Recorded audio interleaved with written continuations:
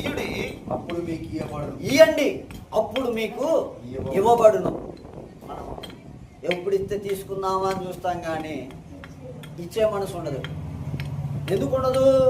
అరే మనం ఇవ్వటం వల్ల ఆయన బిల్డింగ్ కట్టుకుంటున్నాడు రా, మనం ఇవ్వటం వల్ల ఆయన కారులో తిరుగుతున్నాడు రా, మనం ఇవ్వటం వల్లే ఆయన మంచి మంచి ప్రశస్తమైన వస్త్రాలు వేసుకుంటున్నాడు రా, మనం ఇవ్వటం వల్ల వాళ్ళ పిల్లల్ని హై క్లాస్ స్కూళ్ళలో చదివిస్తున్నారు రా అనే ఒక స్వభావము క్రైస్తవ హృదయాల్లో పనిచేసింది.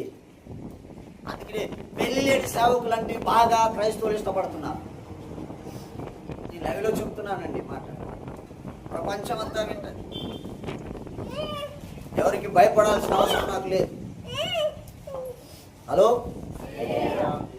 విశ్వాసుల్లో ఎలాంటి స్వభావాలు అపవాది పని చేపిస్తుందో చెప్తున్నాను. ఇవుడి మీకు ఇవ్వబడును, ఇవ్వండి. పాత నిబంధనలో దేవుడు చెప్పాడు, పాత నిబంధన అయిపోయింది, కొత్త నిబంధనలు ఎక్కడుందండి ఇవ్వమని? యేసుప్రభు ఎక్కడ చెప్పలేదండి.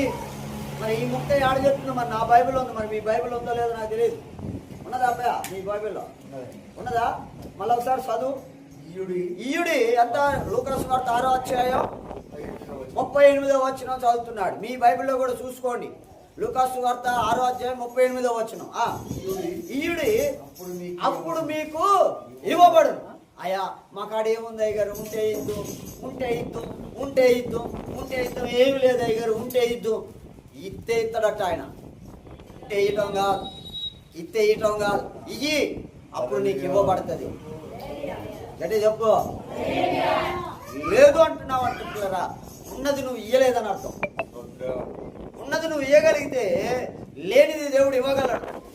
మీరు బైబిల్లో మనం గమనిస్తే కొండ మీద ప్రసంగం అయిపోయిన తర్వాత 3 దినాల తదనంతరం వాళ్ళు వెళ్ళిపోయేటప్పుడు మరి అందరూ ఆకలితో దప్పులతో ఉన్నప్పుడు పిల్లారా అక్కడ ఒక అద్భుతం జరిగింది.